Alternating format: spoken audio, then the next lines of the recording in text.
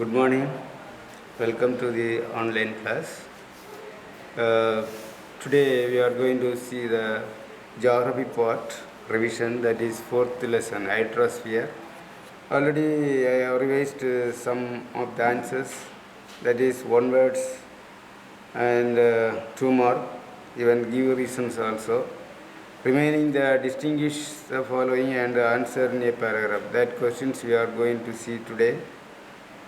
First, distinguish the following. First one, spring tide and neap tide.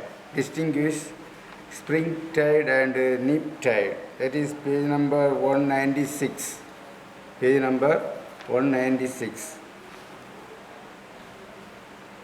Under the headings tides, second para, when the sun, moon and the earth are allied in the same line, is the collective gravitational pull of the sun on the early sun and the moon earth strengthened to form the high tide known as spring tide. High tides. Spring tide means high tides or spring tides. How when these spring tides or high tides form? When the sun, moon and the earth comes in a straight line. When the sun, moon and the earth comes in a straight line, the gravitational pull of the gravitational force will be high. That time the high tides or spring tides takes place. Then the neap tides.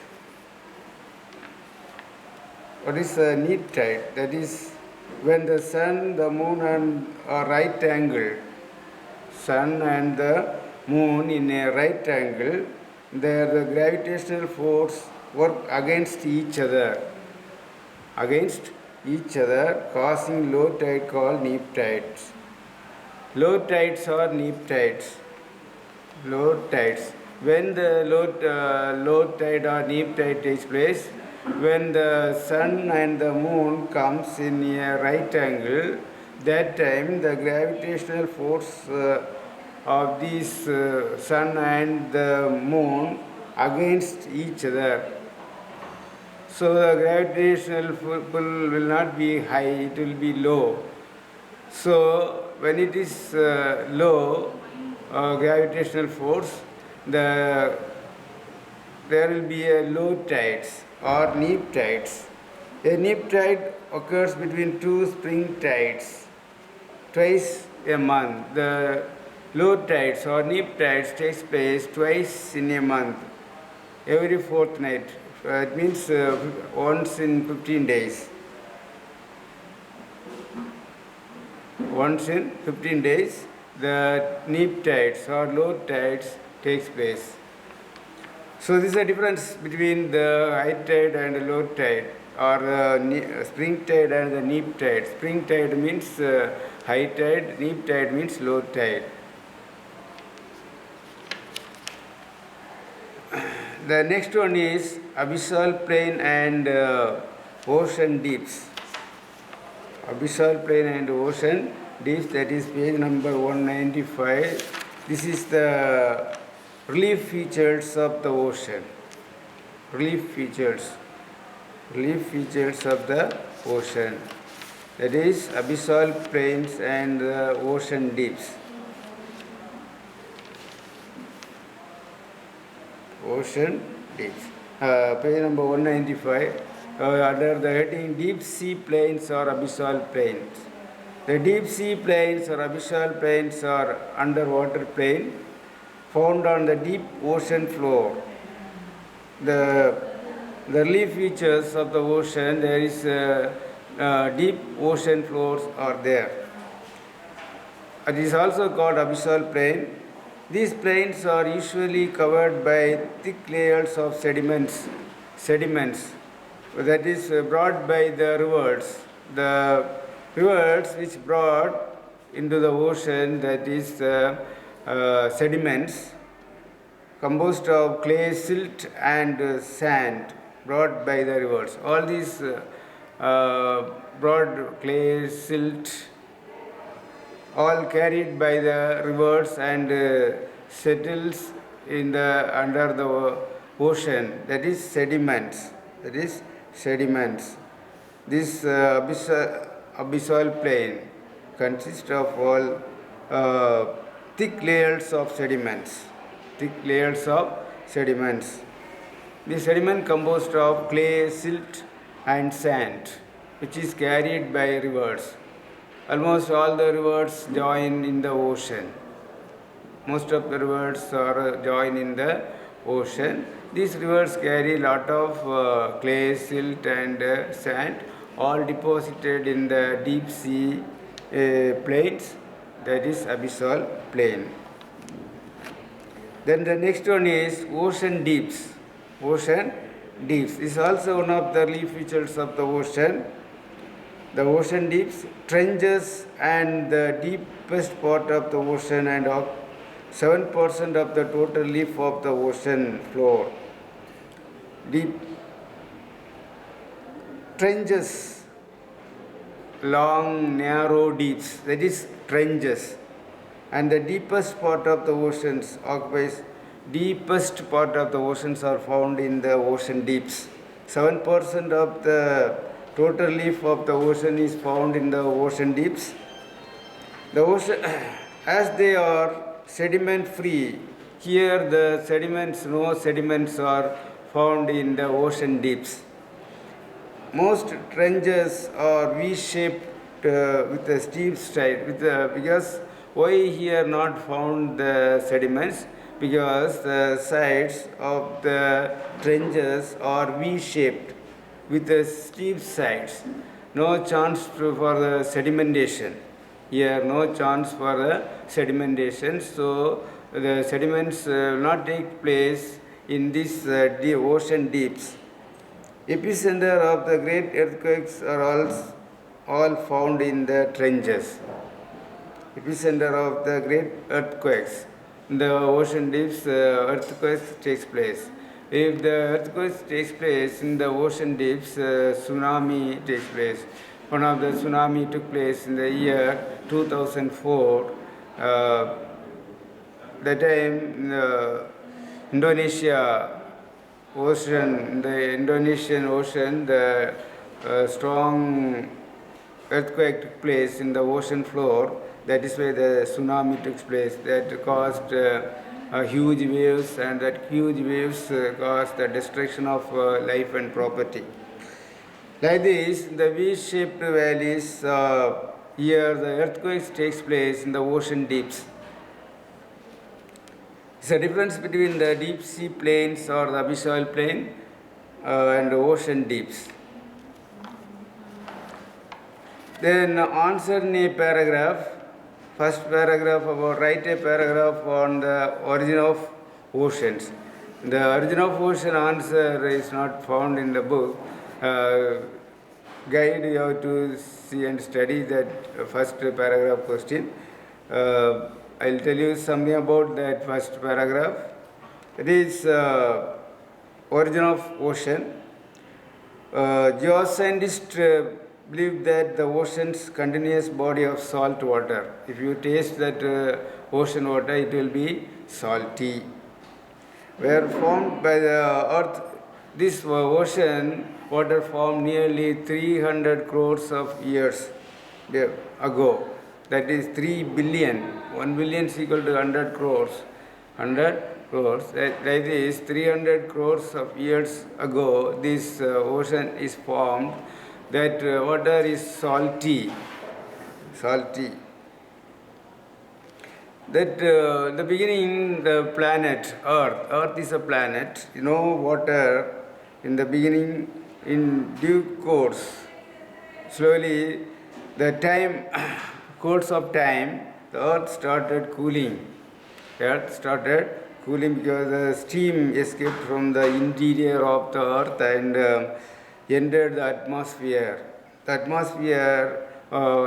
the atmosphere, clouds are formed, and the clouds brought incessant rains, continuous rainfall. The steam which came out from the deep interior part of the earth, that entered into the atmosphere and The atmosphere formed the clouds. Because of that, the earth got incessant rainfall, continuous rainfall that caused the ocean. The rainwater filled the depressions of tens and thousands of years and formed the ocean. The deepest part that water is filled, the continuous rainfall, because of the continuous rainfall, the water filled in the deepest part and formed the ocean. The ocean, the earth is the two parts, that is northern hemisphere and southern hemisphere. The globe is divided into northern hemisphere and southern hemisphere. The northern hemisphere is known as land hemisphere, and the southern hemisphere is known as the water hemisphere. Why? Because the northern hemisphere holds 61% of land and the southern hemisphere holds 81% of water.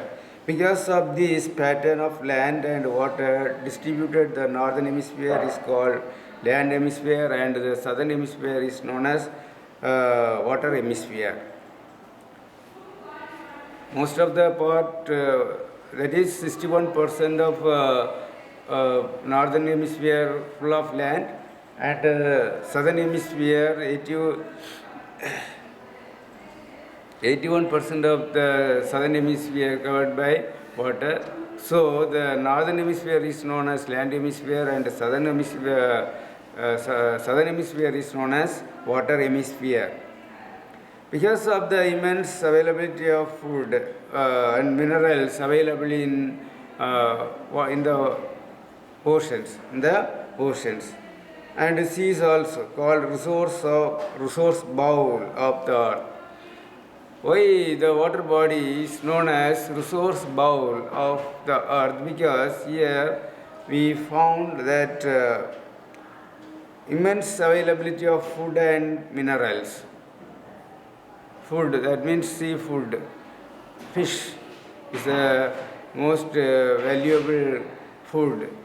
It is very important for the human beings. It is available in the oceans and the sea. It is available plenty, so we are eating that food. We are getting the food from the sea. And the minerals also, petroleum, natural gas, these are all available in the ocean and the sea. So it is the resource bowl of the earth. So it is called the resource bowl of the earth. Then the next paragraph heading is write a note on continental shelf and continental slope. You have to write about the continental shelf and continental slope. That is page number 193 and 94. First, we are going to see about continental shelf. This is one of the relief features of the ocean floor. Continental shelf is one of the relief features of the ocean floor.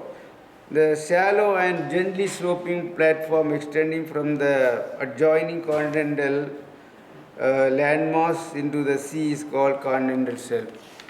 It is almost uniform zone of the seabed with a gentle gradient.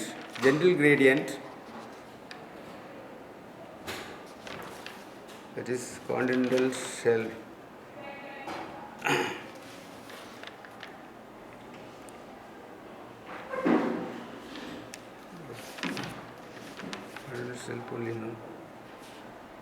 Yes.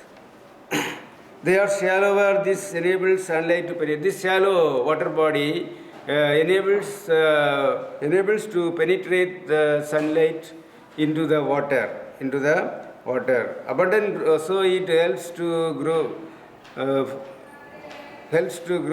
the abundant growth of grass, seaweeds, and plankton. Hence, these zones became the richest fishing grounds in the world. Example, the Grand Banks of Newfoundland is an example of this continental shelf. Here, there are many fishing grounds. Here, more fish available because the marine life is found more in this continental shelf because the seafood are available in this shallow region, the continental shelf region. The continental shelf has extensive deposits of minerals and mineral fuels. Hence, this zone became accessible for oil drilling and mining activities. Example, Mumbai High. Mumbai High example for oil drilling. Oil drilling takes place in Mumbai High. That is in the continental shelf. Then the next key features of this ocean is continental slope. Continental slope. The continental slope. The next to the continental shelf, continental slope is there. Continental slope. The continental slope descends from edge of the continental shelf to the deep ocean bed. It forms boundary between the continental crust and the oceanic crust. This zone is free from deposits as they are steep. The most important characteristics of continental slope is presence of deep canyons and trenches. That is narrow deeps are found in this region and trenches. Due to this low penetration here, because of this deep, narrow, the sunlight will not penetrate, get into the such a deep place, so that the slope has nearly a freezing temperature. The temperature is very low. Low temperature is found because here the sunlight is not penetrating due to this narrow deep. Hence aquatic life has very slow rate of metabolism. Very low percentage of marine life is found in this ocean deep. Yes. So this is all about the second detail. That is the second detail. Next, third one, what do you mean by ocean currents? Explain its type. That is page number 196. Page number 196. Ocean currents. Ocean, what do you understand about the ocean currents? That is page number 196, ocean currents heading. The movement of oceanic water on the surface and at the depths is definite direction is called ocean currents. In the definite direction, the movement of water, surface of the ocean and the under the ocean, depth of the ocean, there is a movement of ocean water, surface of the ocean and the depth of the ocean. The water is moving definite direction. Definite direction is known as ocean current. Ocean currents are in clockwise motion in the northern hemisphere, clockwise and anti-clockwise. Two types, northern hemisphere clockwise motion, the southern hemisphere anti-clockwise motion, the southern hemisphere. What are the factors generate ocean currents? What are the factors generate ocean currents? That is earth rotation, prevailing winds, differences in temperature and salinity of ocean water. These are all the factors generate the ocean currents. Mostly the earth's rotation, prevailing winds, all these factors included in the ocean currents. On the basis of temperature, ocean currents are classified into warm currents and cold currents. On the basis of temperature, the ocean currents classified into warm current and cold currents. The movement of ocean currents from the low latitudes, 0 degree latitude, 22.5 degree latitude, these are all low latitudes. From this, that means the central part, tropical region. From the moment the ocean current starts from the tropical region to polar region, that ocean current is known as warm current. That ocean current is known as warm current. And the high latitudes, 6600 degree latitude and 90 degree latitudes, that is the movement of the ocean current starts from the polar region to the tropical region. That currents are called cold currents. Cold currents. Example: Gulf Stream, Atlantic Ocean, North Equatorial Currents, and the Pacific Ocean. Every oceans there are some ocean currents. They have named the ocean currents. So on the basis of the temperature, ocean currents are classified in the warm and cold currents. Warm currents start from the low latitudes to high altitude. That current which start from the low latitude to from low latitude towards goes towards high latitude. That is the warm currents. The cold current means the high latitudes. From high latitude towards the low latitudes. That means the water current starts from the polar region and goes towards the tropical region. That currents are known as cold currents. Then one more question. Explain the influences of the marine resources on mankind. Explain the influences of the marine resources of mankind. That is page number 197, marine resources. The biotic and abiotic resources found in the oceanic water and at the bottoms are called marine resources. Found in the oceanic water at the bottoms are called marine resources. The ocean's resources play a vital role in sustaining the needs of society. A diverse array of marine organisms is used for food, medicine, cosmetic, and wealth of the industrial applications. For many purposes, we are using the marine life. All these purposes, we have mentioned so many purposes of using the marine life. This used more indispensable for the human beings. It is more useful for the human beings.